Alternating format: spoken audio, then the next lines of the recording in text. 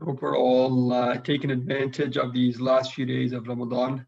SubhanAllah, the time has really passed by and flew by, and one blink of an eye, and we're already at the end, near the end. So inshallah, let's take these last few days that we do have left to make the most of it and make up for any shortcomings that we do have, inshallah.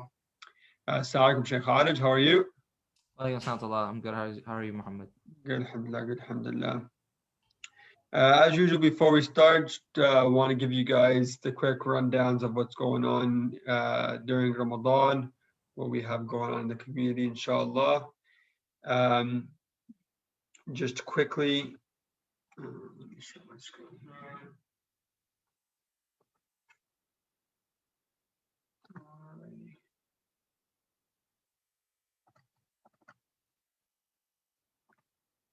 So as part of the Better Together campaign, there is a annual silent auction. So if you guys haven't checked it out, please go ahead. It's all online. You can put your bids online. And then on May 12th, look at that, it's changing by itself. But on May 12th, inshallah, the auction will close at 1 p.m.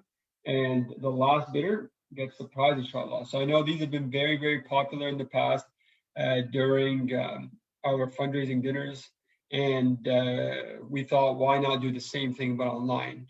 You can still see the prizes, you can still bid, and inshallah you'll still get your prize, and at the same time you're getting the ajr, because your intention is to help out the masjid, to support the mosque, and to support the future generations of Muslims, inshallah.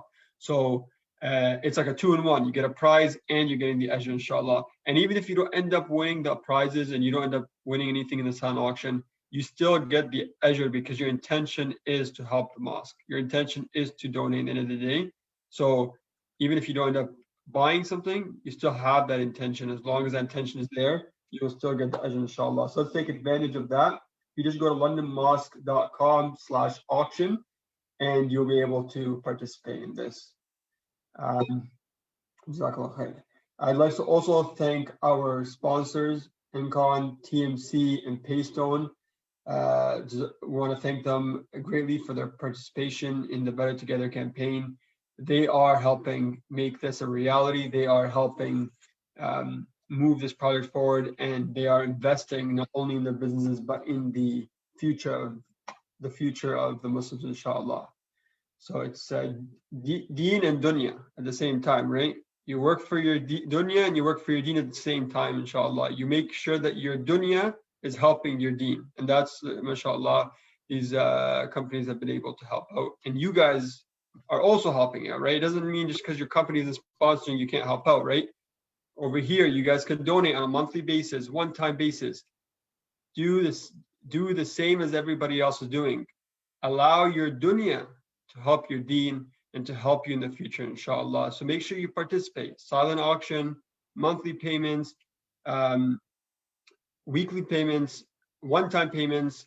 There's even an option to donate once every night for these last 10 nights, right? So you can take advantage and make sure that whenever Laylatul Qadr is, inshallah, you will make sure that you have a donation at that time and that it multiplies and multiplies, inshallah. So you even have that option. And I've seen a lot of people take advantage of that option where they donate once every night for the last 10 nights. So please take a look at the different options. A lot of them might suit you and it could work out, inshallah. The second thing we do have is the events. They are coming to an end because obviously, like we mentioned, Ramadan is nearing the end, inshallah. But we still need to take advantage of these different events and make sure that we're still benefiting in these last few days. Like I said, this is our time to make up for our shortcomings. This is our time to take advantage of any Ramadan events that we do have and to make the most of it. So let's see here. I'm going to skim through these because we have them every week. Everyone's very familiar with them.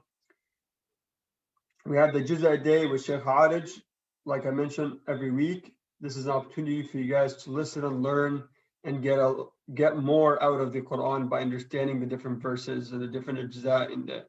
And what a better time than the month where the Quran was revealed.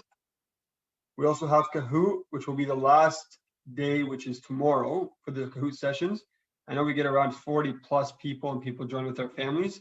And this will be the last event for you to learn, answer questions, and win a prize at the same time. So please make sure that you guys do take advantage of this moment. Inshallah, this will be the last session as this will be the last Saturday of Ramadan. So Jazakallah khair for tuning in with us and making sure that you guys are benefiting with us, inshallah. And a quick summary of what's going on. Keep that up for a couple seconds, and we will get started, inshallah, with our questions in a few seconds and get going. All right, stop sharing. All right, Sheikh Harij, we're good to go, inshallah? Yes, sir. All right, Bismillah ar-Rahman ar-Rahim. Let's get the ball rolling. Let's get the questions answered, and we'll make sure that we get everything answered. Oh, one thing to note, inshallah, there is a chat. There is the Q&A option in the bottom of the webinar. So please, if you haven't asked your questions on any of the other platforms, get your questions in on these chats, on these Q&As, and we'll get to it, inshallah. The Q&A is a little more hidden. So people won't be able to see if you're asking the questions. I think it's only me and Sheikh Harij that will see that. And the chat is open to everyone to see. So it's up to you how you want to ask your questions. You can go ahead, whether you want it to be discreet or not, of the name of the person, but you can go ahead and take advantage of that, inshallah. I know I already said let's get the ball rolling, but now we will get the ball rolling. No more delays, inshallah. So let's get her going. So the question here is about accidentally breaking the fast. So the individual says, I got up in the middle of the night and had some water. After I finished drinking, I looked at my clock and realized that Fajr Adhan already went off. What is the ruling on this? Bismillah, alhamdulillah, salatu wassalamu ala rasulillah. This is similar to what someone who eats or drinks unintentionally during the fast. Like the Prophet said that the one who has eaten or drinking unintentionally during the fasting hours, then they should continue fasting. فَإِنَّمَا أَطْعَمَهُ اللَّهُ وَسَقَاهُ. Allah has provided them food and drink. So this is similar because this person, when they were having this drink of water, they didn't know that it was already time. The time was already up. So that is why, inshallah, there's no problem. They should continue their fast as is, inshallah. Inshallah. Jazakallah khair. The next question is, when you are praying and you got up after the third ruk'ah without doing tahiyyat, are you supposed to sit back down or continue your prayer? I think they mean Maghrib prayer, because you don't do tahiyyat in any of the third rak'ahs except Maghrib. Except Maghrib. So we're gonna go with Maghrib. Or I guess the question could for any of the prayers, if you get up when you're supposed to do the tahiyyat, whether it's a second rak'ah or so on. What's the? So you can't. Let's talk about the Maghrib one specifically first, Okay. right? Which is that you cannot actually add a rak'ah to the prayer. So if Okay. it was the third rak'ah and you stood up and you remembered that, oh, I've already, this was the third one, right? And so you have to sit back down. Or if you're the Imam and for whatever reason after the third rak'ah the Imam stands back up again, and this is Maghrib, right? That the people in the behind the Imam have to tell him, right?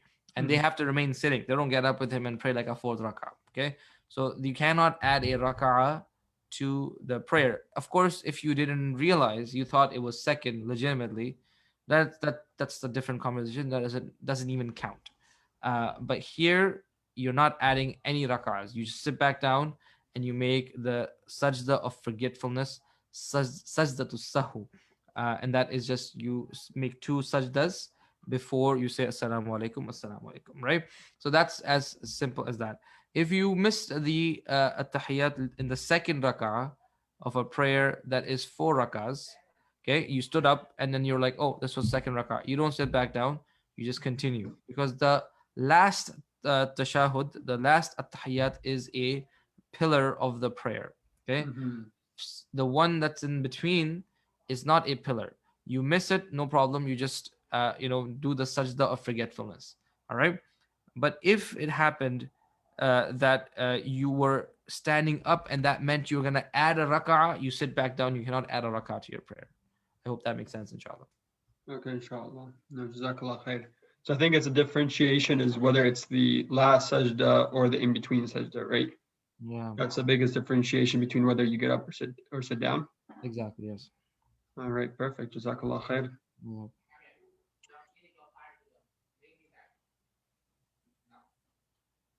All right, so this next one is about zakat, and it says, can zakat al-fitr be given to a building or a mosque? No, zakat al-fitr cannot be given to anything except feeding a person. Zakat al-fitr is Yeah. different than zakat al-mal. Zakat al-mal has many categories Mm-hmm. given to somebody who is broke or poor or someone who's in debt, etc. Right? Zakat al-fitr is given specifically as to feed people. In fact, according to the majority of scholars, the Maliki, the Shafi'i, and the Hanbali, you actually have to give it as food stuff. You cannot give it as money. But the opinion of the Hanafi school here is what we adopt, which is you can give the equivalent of money, equivalent of food stuff as money. And that's no problem with that, inshallah. But it is, I'm mentioning this to tell you why it can only be for food, because it is specifically in that it's very restrictive. Zakat al-fitr, it only is for food and feeding. All right, perfect. And I think one thing I missed here was a well. How about a water well? Same Is thing. that the same thing? Can be. You can dig a water well using sadaqah. You can dig a water well just because it's a good thing to do. But these specific, types of payments, zakat al fitr, zakat al mal, you cannot just do whatever you want with it because it's not your money. It's the right of the needy. You're Mm-hmm. that. It's actually not. Once the time has come, that money becomes their money. That's how we're Mm-hmm. supposed to see it. So you can't just decide what to do. Like as a tangent, people say, oh, how about I pay the tuition of somebody's child who's in like a who's poor, and they're zakat eligible. You can't do that, right? You're supposed to give them the money and then they do what they want with it. Okay. Mm-hmm. uh, that, and I'm talking about like individuals, right? Like this is individual to individual. It's different from an organization to an individual because there's laws that you have to follow. You cannot get yourself in trouble with the CRA or with like the authorities, right? You have to Yeah. make sure there's certain processes. But individual to individual, right? You can't say, oh, you know what, you have your zakat eligible, great, I'll buy you I'll dig a well for you, or I will pay your kids tuition, or I'll, I don't know, buy you a course so you can study. No, that's something you can do from sadaqah. But that Mm-hmm. zakat money is now their money. You give it to them and they do what they want to do with it. And this is important because sometimes you start to people start to think zakat is just any other charity. Zakat or zakat al-fitr, zakat al-mal, and zakat al-fitr are not just any other charity.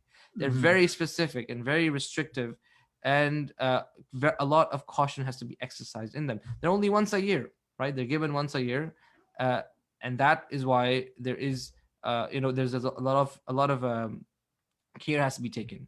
Sadaqah Yeah. is whatever you want to do with general philanthropy, wide open. Do whatever you want, right? But zakat, very, very specific. So please keep that in mind, inshallah. Inshallah. Yeah, and then I guess there is a follow-up about zakatul mal. Mm. Uh, can you give it, I guess, in zakatul mal, then I guess they're asking here, can you dedicate it to a water purpose or food purpose? Well, see now, Zakatul mal. the sister Saida's probably asking about um like an NGO. An NGO is like, okay, here's a water project, donate to it. It's zakat eligible, right? That's probably what she's referring. Correct, Sister Saida? Um, you can type in the chat if that's the correct understanding. Assuming that is the correct understanding. So, okay. Yeah. All right. So the thing is, uh, okay, this is going to be a little bit of a, don't think of it as a rant, okay? Don't think of it as a rant. But a lot of times, the uh, charities that say everything is zakat eligible, you have to take that with a grain of salt. Okay. uh, you have to, it is your responsibility as the individual who's giving zakat to ascertain, is this really a zakat eligible thing or not. This is so much more different than just general sadaqah. General sadaqah, do whatever you want, give it to whoever you want, give it while you're sleeping, give it while you're awake. I don't, no one really cares. Okay. Yeah. Your intention can be whatever. Okay. But for zakat, you have to be like you have to do the legwork yourself. Okay. And you have to be sure that this project that I'm giving my zakat to really, really is giving zakat to the people who are its recipients. They're not just using zakat as a funnel for project that technically is not zakat eligible, right? If someone Yeah. is saying, I'm not saying about charity, but they're like, oh, we're gonna dig a well and this is zakat eligible. Sorry to say, it's not. Okay, it is not. Zakat is meant to be given to a poor person or someone who is in debt, or there's categories of that. Okay. Yeah. If it says orphans, well, yes, orphans are poor. Of course, you can, the money can go in the take care in the to an orphanage, and the orphanage is running. They're doing everything for the orphan. They're feeding them, they're clothing them, they're sheltering them. So obviously, that's totally acceptable, right? But I'm talking about like something like a project, like a Yeah. well or something. Okay. And specific organizations, again, the Muslim organizations are actually the best charities of all the charities. Okay. Never ever give your zakat to like UNICEF or Red Crescent or something. Please do not do that. You can give your other sadaqah money to them, but do not give your zakat to that, because they don't have the due diligence, the checks and balances to ensure that zakat goes to the right people. The Muslim charities are very good about this, by the way. Okay. But even if they are assuming, actually knowing they're actually really good, still the diligence is done by the giver of zakat. Okay. Mhm. And my personal recommendation is always, you should actually find a person, if you can, to give zakat to in their hand. Okay. Or a cause that is almost like that. Hmm? That should be, in my opinion, the way you go about giving zakat. Wallahu alam. Okay. Refugees, etc. All these are poor people, right? They all are under the category of poor and whatnot. So yes, they're all included, right? But I'm talking about, zakat cannot go to building structures. Mhm. It has to go to the welfare of the poor, either by cash in hand of them, or like an orphanage that takes care of all of their needs and whatnot. I hope that makes Okay. sense, inshallah. No, inshallah, I think that was very helpful and very detailed. Alhamdulillah. I think we just with the next question, we're going to take a step back and just um, what what does zakat al-mal and zakat al-fitr translate to in English? Zakatul mal, zakatul mal is just zakat. I don't know if like it's alms giving or alms. I'm not sure though, but like I don't really use that word. I Yeah. gave my alms today. Yeah. Don't really think I use that. So I would say, Sister Sarah, that this is obligatory charity would be zakat. Hmm? Sadaqah would be voluntary charity or voluntary philanthropy, and zakat al-fitr would be obligatory charity on the day of Eid. Basically, that's how it translated. Uh, I don't know if that makes sense to you. If it doesn't, please tell me what you think. The Perfect. poor is due. Okay. You're welcome. Yeah, poor, the due of the poor. Yeah, they're right. Like that, Sister Saida, very good. Sister Saida says, when I go to visit orphan hands in the USA, cannot find my by myself. So, yeah, sure. I'm not saying, like I said, relief organizations. I'm not saying they're bad, especially Muslim relief organizations. They're actually like the best run charities because they take so little overhead, and they really do they. I think as best as they can, they give the money to the needy. Okay, Mhm. they're not there getting rich. That's a fact. Okay, so yeah, you can trust them. But what I'm saying is just as an advice to you, right? Your zakat is your pillar. It's like your salah. It's like your fasting. It's like your hajj, right? So take it's not just any other charity. It's not just like swiping your credit card.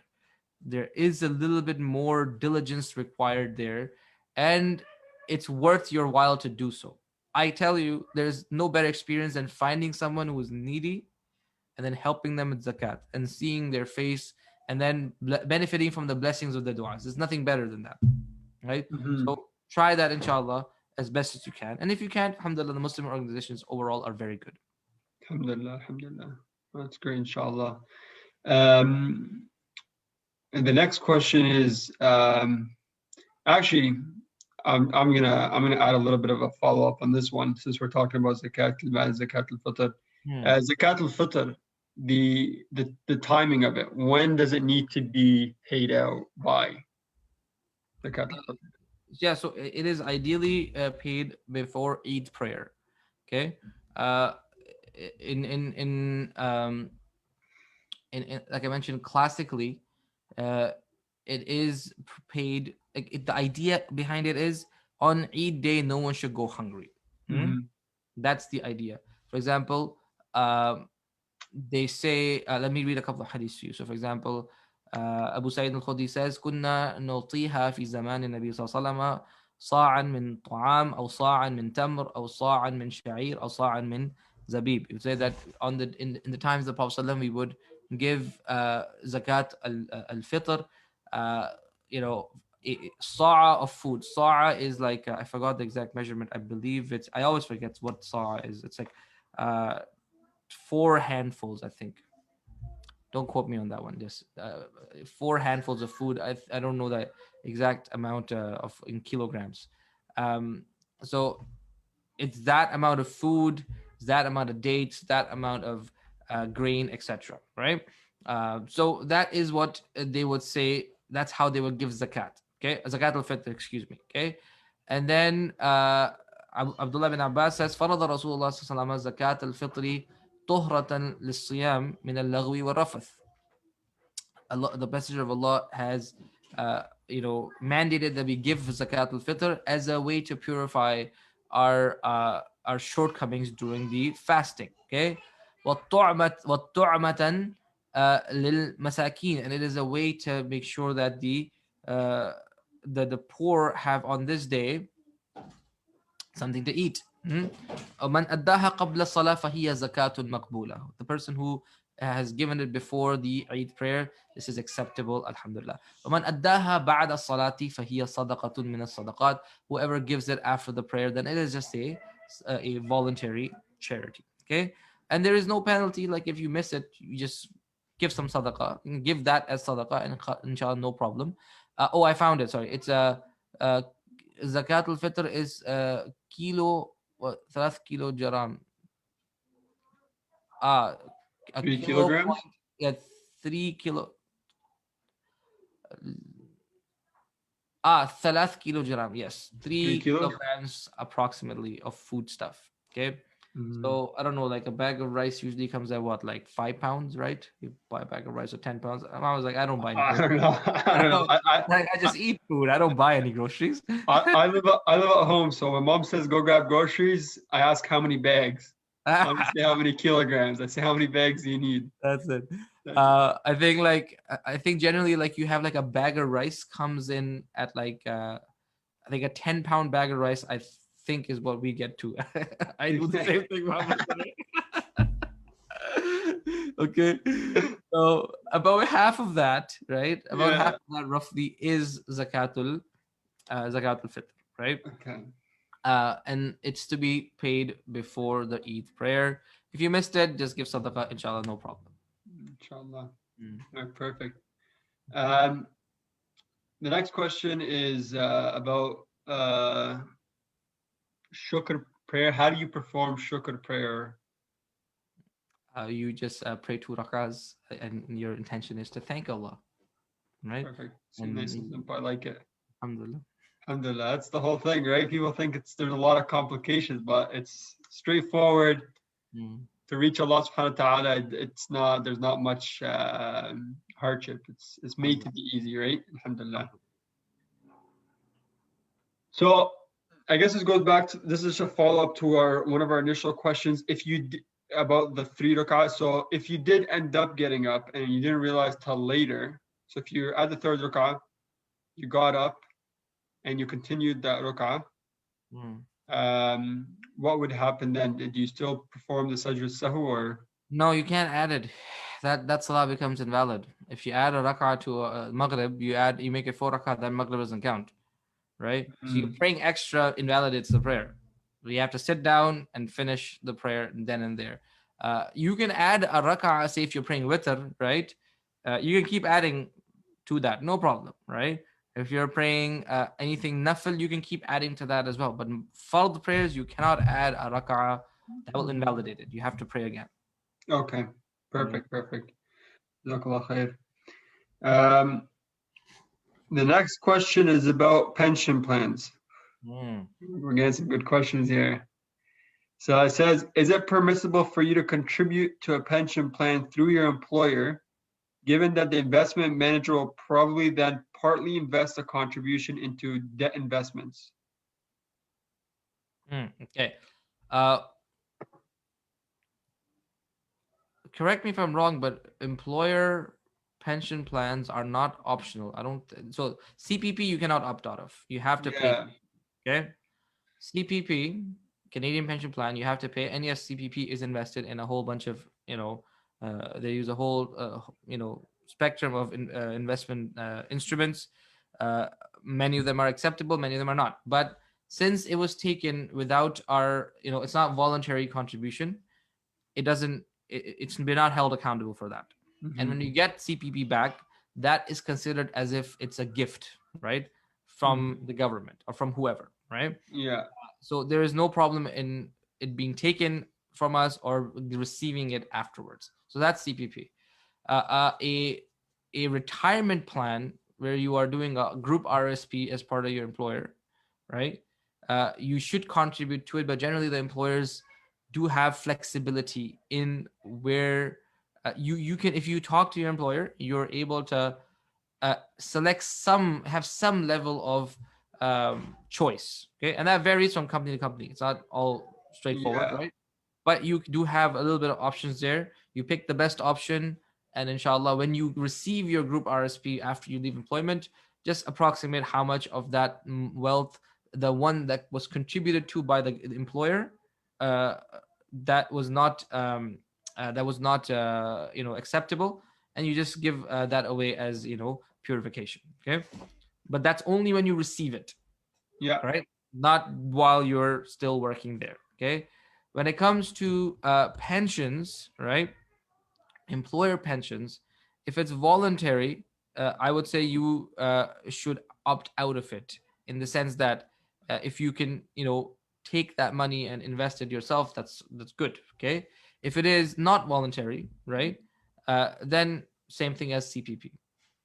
It's the same thing as CPP, inshallah. Allah. All right, perfect. Yeah. Jazakallah khair. Yeah. The yes, the C, like pensions are more safer investments, like Sister Saida is mentioning. But like I mentioned, if it's not if it's a voluntary contribution, you should not contribute voluntarily to that. Okay. Yeah, If it is an involuntary contribution, alhamdulillah, you don't have anything to do with it, and whatever you receive from it, inshallah, is good. Allah.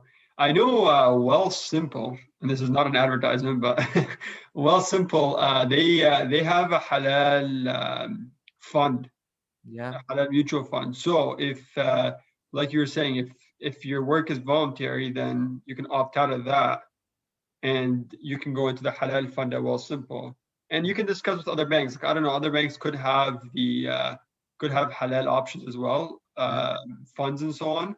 But I know like there was a couple of years or 3 years back, Well Simple had a big advertisement about how they have their new halal fund. Yeah. So that's an option that you guys can invest in, and I'm pretty sure you can choose the level of riskiness as well, right? Yeah. Uh, from low risk to high risk. So there are options out there, Well, and it's if we have a choice, and it's obligated on us to make the effort to reach out to those options rather than just taking the easy way out and just taking whatever the employer is giving us, right? Like we still have to put an effort. We can't just say, "Oh, this is easier. I'm going to go with that." Right? There's a lot of things that are easier that we're not supposed to be doing, yeah. and it's part of our test, inshallah. Yeah. Inshallah. Inshallah. Um, all right. So this one comes back to prayer, and the individual is asking is my prayer still accepted if I forget to read the second surah which comes after the Fatiha? So if I just read the Fatiha and I go to Ruku', is my prayer accepted? Yes, absolutely. The Fatiha is the only part that's required to be read in the prayer. Anything else is optional, actually. It's good to. I mean, no one's saying you just read Surah Fatiha Yeah, all the time, right? It's a very nice, yeah, quick prayer. Alhamdulillah. yeah. Once in a while, you can pray like that. It's okay. You can get a taste of how what like a bare bones salah looks like. But the other salah is not a requirement, so there is no problem, and inshallah, salah is valid. Inshallah. As we have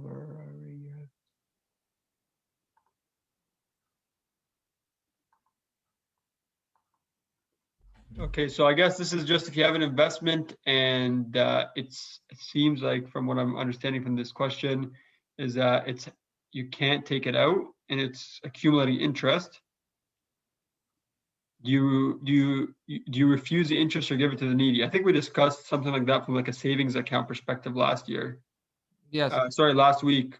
Yeah. So I think Sister Saida is from America because we don't have IRAs. We have other types of accounts. I don't know Yeah, the difference. I think there's a Roth IRA and there's a normal IRA. I don't actually know the difference between the two. yeah, Not off the top of my head. You know, I would say, Sister Saida, this is for specific investment accounts. You should consult like someone who is from America who can tell you what it's like. Generally speaking, if your investment is you have a choice over, if you have a choice over what you are investing in, then you should invest in the halal options. There's many halal options in America. There's even more a again, I don't know the products, I can't specifically speak about that. I would recommend you to go to Sheikh Joe Bradford's site. His name is Joe Bradford. Just Google him, and he has a lot of content on this stuff, and you can read specifically about American pension and American investment products, inshallah. And he has very expansive ruling on that, so inshallah you can go there. The idea is you are only like if you money was taken from you involuntarily, you're not held accountable for that. If money is taken from you voluntarily or you're giving money voluntarily, that's what you're accountable for. If money is taken from you voluntarily but you don't control fully where it is invested, then there's some details. You try your best to avoid what's haram and try your best to take as much halal as you can. There are, compared to 10 years ago, there are so many more options that are available in the markets for us, inshallah. So please do that. Okay. right, Jazakallah khair. Um, so we have another investment question here. The individual says, I have shares in General Electric Company that I don't have access to right now. Is it eligible to zakat? Yeah, Okay.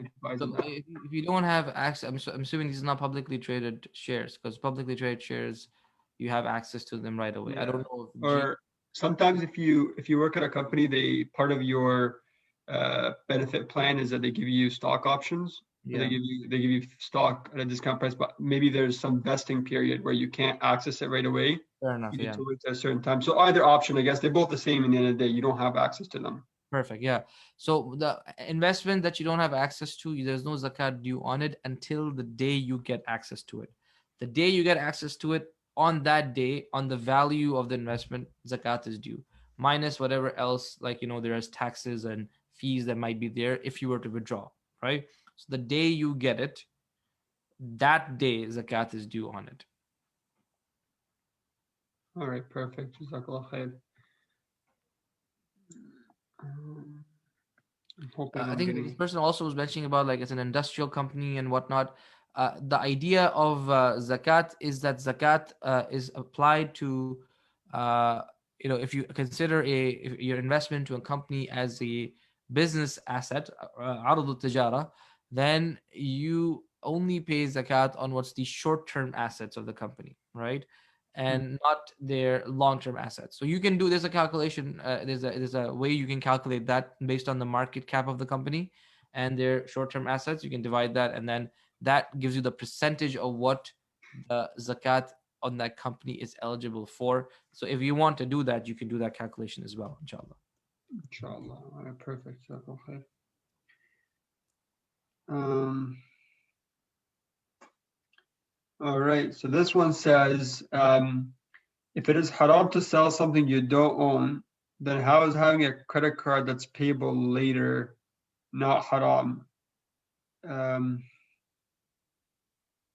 and it says, is it that the item can be yours now with the agreement that you will pay later by the end date? And then if so, what happens if you don't meet the end date or if you don't pay by the end date? Okay, so I think this person is confusing two things. Selling something you don't own versus purchasing something you don't own is two totally different things. Okay, um, you purchase something you don't own by default, right? Maybe the person is thinking that with a credit card, when you're purchasing something, you don't have the money and you're borrowing money from the credit card to purchase something. In that case, it is totally unacceptable and not allowed for you to use a credit card. The only time credit cards are usable and allowed to be used are when you, whatever the credit card limit is, and whatever the, or even forget the limit. What actually, let's take the limit. Your credit card limit, hmm, that amount you must have in your checkings account or some other place. You must have that amount as cash somewhere at all times. Okay. Otherwise, you're borrowing from your credit card. And the Mhm. moment you borrow from your credit card company, that's a loan, and that's a high interest bearing loan. Okay, that becomes riba without any question. Okay, if you're using credit card for the sake of all the additional benefits that come with credit cards, cash back points, extended warranties, easy like protection, so you're you can get your money back, cancellation, all that jazz, right? Yes, we know what that we're not told in Islam to be dumb, right? And Yeah. just leave all that, right? You take the benefits, but the credit. If your credit limit is 5,000, you better have $5,000 in cash at hand at all times when using the credit card, and you have to pay the credit card off entirely, not a penny less, not a penny less, the day it's due. Because anything else, it becomes a credit. It becomes debt, right? Mhm. That's how credit cards for Muslims work. You cannot buy on credit. Okay, you're buying using a credit card, given that you have the same amount of money already in your bank. So this is that for that person's question. When it comes to sell something you don't own, that's a different thing. That's actually more on the aspect of what's called gharar, ambiguity, that is unrestricted or unlimited, right? That is what that is preventing. But you can sell something in certain instances in Islam that you don't have just yet. For example, a farmer can sell his produce that he hasn't harvested yet, okay, because he's a primary producer. So there's a lot of details there in that aspect. But generally, yes, you're not allowed to sell something you don't own or you don't have possession of. And yes, you cannot buy on credit. That's an interest bearing credit when you don't have that money otherwise. But Yeah. also, you can use a credit card if you have the money always on hand, because now you're not borrowing, you're just using the credit card as an instrument to take advantage of all the benefits that they are giving. Yeah. The follow-up question here states that what if you're going to get a paycheck, let's say next week, or you're going to get the money next week, and like, for example, I'm going to get $1,000 next week, and I spent $1,000. I'm going to spend $1,000 on my credit card today. My credit card isn't due for a month from now. I would say personally, I would say no. Mm-hmm. You have to have the entire amount, the entire time. Okay, with Mm-hmm. no like no if, ands, or buts. Right. So say your credit limit is 5,000, but your amount of money you have in your bank is 3,000. You should lower your credit limit to 3,000. Mm-hmm. So you never go over that three. Okay. Yeah. That is how because anything else you are now taking it as a debt. Okay. Mm-hmm. And that becomes extremely problematic. Inshallah. All right. Um,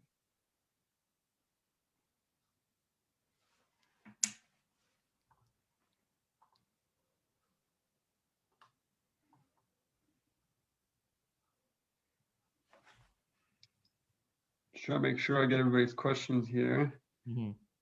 Um,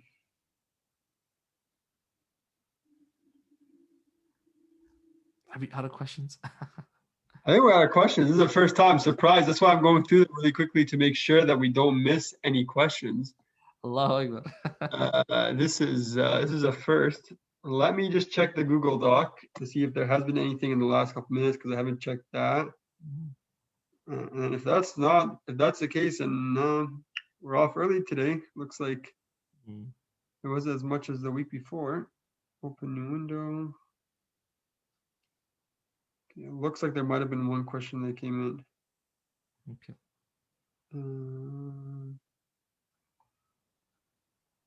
Oh, okay. So this goes to the part we were talking about if you miss a second surah during your salawat. So if you just do the Fatiha. So somebody's saying, what is the minimum requirement for a fard to be accepted? So the pillars of the prayer. Pillars of the prayer, the arkan, right? So that's the takbiratul ihram, Allahu Akbar, and the recitation. So before that, obviously, you have your wudu in a state of purity, right? You're facing the qibla, all the prerequisites are met. You say Allahu Akbar, you recite Fatiha, you go into ruku', say Allahu Akbar, you recite the dua of ruku', Subhana Rabbi al-Azim, Sami Allah liman hamida, Rabbana wa lakal hamd. You go down in sajda, you do the sajda, and you read the dua of sajda, and all those things. Once you do that, that's the minimum requirement. And the tashahud and salawat on the Prophet, and that's it. And then you can say salam alaikum, salam alaikum. So all the extra du'as, all the extra recitation you can omit from your prayer. Sometimes pray that way because you'll be like, wow, this is refreshing. This is a short prayer. Yeah, 100%. So it's I know. I think it's like for a lot of people, we only know like the extended version, right? Nobody knows the pure basis. So it's good to know that from time to time. Obviously, we're not recommending you guys to just pray the bare bones, but it's good to know because in case you miss something, well, it's not fard, so your prayer is still accepted. That's right. Because I think there's a big difference between missing a sunnah in a prayer and missing a fard in a prayer, right? Absolutely. Yeah. I think somebody's saying they're going to send us a question, so they don't want us to end the chat yet. So inshallah, we will wait a couple seconds to give them a chance to ask their question. And then we'll keep that as the final question of the day, inshallah. And this will be the last actually question for our program. Alhamdulillah. It's, like I said, it flew by really quickly. So, alhamdulillah.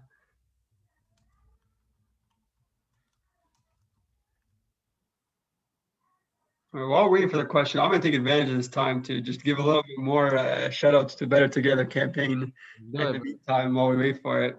So please, guys, just like I mentioned, if you guys go to together2021.ca, there you have the opportunity to join the silent auction. You have the opportunity to donate monthly, weekly, daily, one time, whatever amount you want. It could be $5 a month, $5 a week, $2 a month, $2 a week, whatever it is. Get something in there at least, like especially during the month of Ramadan. Get a small amount, even if it's just a small amount. Get something in there so you can get benefit from the ajr that you'll get from Allah Subhanahu wa Taala. Because at the end of the day, the amount doesn't matter. It's what you're able to. So if you're only able to get $5 and you're giving that whole $5, then your ajr isn't limited at that point, right? This is what you're able to do. So please make sure you put whatever you can and invest whatever you can.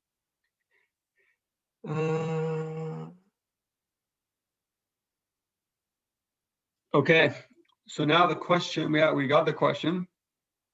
And this one says, كنا نصلي 3 نساء وحدث حريق صغير بالمطبخ ورأته الإمام فقطعت الصلاة لتطفيء الحريق. فما الحكم بهذه الحالة الإمام والمصلين؟ So, yeah, I think you might be muted. Sorry. Yeah. Can you hear me now? Yeah, we're good to go. Alhamdulillah. Sorry, I muted my the microphone, the actual microphone, this one. So we I think we addressed this question, about the fire right? He says that وحدث حريق صغير ما شاء الله, is a small fire in the Yeah. kitchen.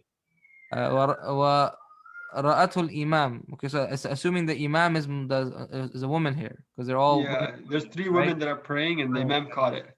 Okay, so she فقطعت الصلاة لنطفئها أو لتطفئها فما what الحكم ماذا في الحكم؟ الحالة الإمام والمصلين. Okay, yeah, so their salah just start again. The Imam broke their salah. They have to Yeah. start their salah again. Ideally, the Imam, if they're breaking their salah, they appoint a person to lead, right? And then they Yeah. go do what they have to do, and then they come back and join. But in this case, if they didn't, right, the lady Imam has cut her salah and moved off without appointing a second person, then essentially all their salah has kind of uh, stopped at that point. So how would she appoint, I guess, a second Imam to follow if she's gonna cut? Just Grab the person, put her in her place, and move away. move away. And then they will be able to continue their salah. That's right. Only the Imam would need to restart. But if the Imam just dips like that and leaves them hanging, Yeah. then The whole then people, everyone's salah is ruined. everyone's salah is ruined. Okay, perfect. No, that's good. I wasn't sure how that one worked because I know like yourself, obviously, if you're by yourself, it's gone. But when you have a following, it's a little different. So don't leave your people behind, and make sure you quickly appoint somebody before you run off, inshallah. That's perfect. So Jazakallah khair, Sheikh Harish. That's great. It was very helpful to get all these questions answered during this month and really get to learn a lot more and get a lot of our questions answered so that make sure we're doing everything in the best manner. Because in the end, intention and action are the same, right? If you have this right intention but the wrong action and you're not doing anything about it, what's the like you're not getting the benefit of it, right? You still got to do the right action. It's not like my intention is right, but you're doing things carelessly. They go hand in hand, right? So action and intention. So that's what we need to learn about. That's what we've been learning about. So Jazakallah khair on that. I want to remind everyone, obviously, make sure you guys take advantage of the last few nights of Ramadan. Make your dua, make your salawat, make your donations to the Better Together campaign. Take advantage, inshallah, and let's make the most of it. There is a silent auction. There's Kahoot tomorrow. There's Juz'a a day. Let's not forget that Juz'a a day at 6:30 p.m. So you can get as much as you can and learn a little bit more, because even though this session is done, the Juz'a day will still continue until the end of Ramadan. So please take advantage of that and learn more, inshallah. I'd like to thank you all for joining us. And thanks, Sheikh Harish, again. And نستودعكم الله. السلام عليكم ورحمة الله وبركاته. وعليكم السلام ورحمة الله وبركاته. Excellent.